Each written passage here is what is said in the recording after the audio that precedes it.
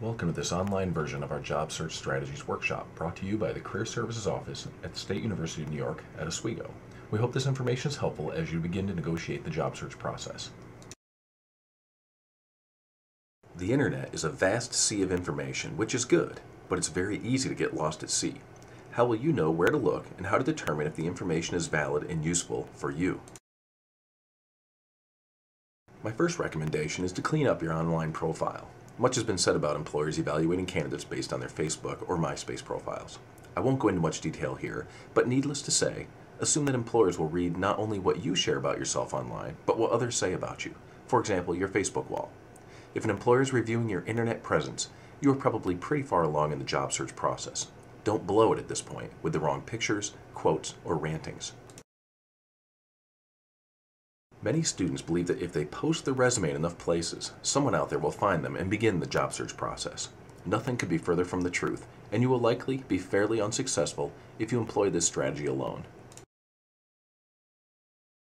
Many jobs are not posted online, and there has to be a demand for candidates in order for an employer to go through the effort and expense of placing ads on the internet.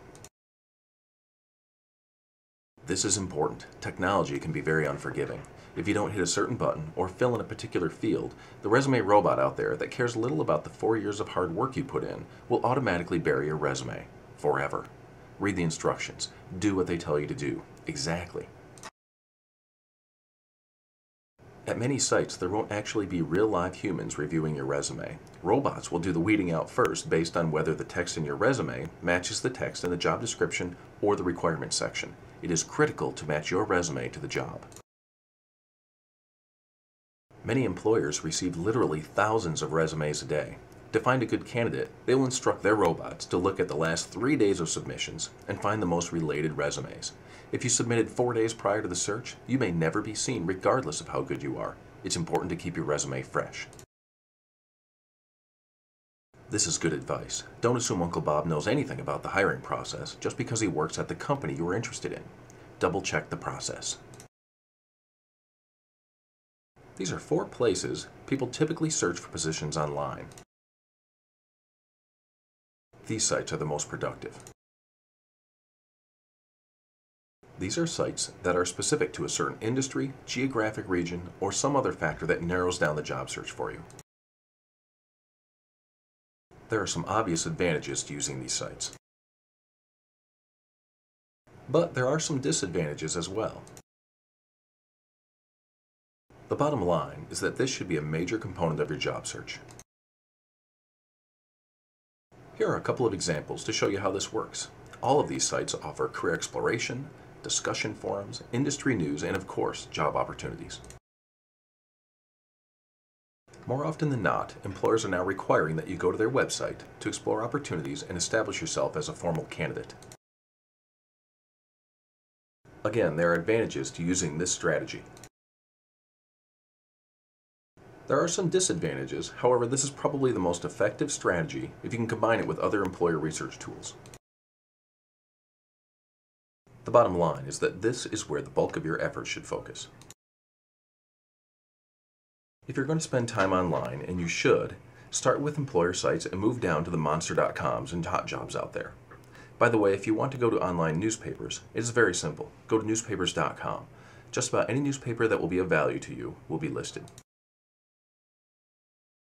Career Services subscribes to a program called Reference USA, which can help you identify companies anywhere in the country by any combination of about 20 factors, including the size of the company, type of industry, keyword search, geographic location, and more. You can also find companies based on just about any criteria you can think of. The fastest growing companies, the most green companies, top performers, best headquarters, even the best companies in certain geographic locations. Your life is about to change, and the next few slides will highlight some of the changes that will have a significant impact on your professional life. You are going from student to professional, and that requires doing things a bit differently. In some cases, a lot differently. Your appearance will be critical to your success. While interviewing, a good rule of thumb is to always dress at least one level above the position for which you are interviewing. The Career Services Office can assist you with professional dress questions. While you don't have to look like a model, these are some examples of excellent interview attire. Beards, purple hair, earrings, and tattoos. You have to understand your potential employer's attitude towards these things if you want to be successful. Some employers will not accept facial hair. Others don't want any metal sticking out of your eyebrows. Still others don't mind any of that. Grooming is important. Pay attention to the little things along the way. Lunch or dinner is often included in the interview process, and you want to know how to handle this environment. Career Services offers etiquette dinners to help you understand the nuances of an interview meal. Basically, keep it simple. You are there to market yourself, not to enjoy fine dining. And if you are at a networking event, find a friend to monitor your appearance throughout the event. You don't want food stuck in your teeth while you are pitching your infomercial to your favorite employer. In this economic environment, employers not only need employees that can help them today, they need someone who can adapt to the evolving marketplace and help them tomorrow.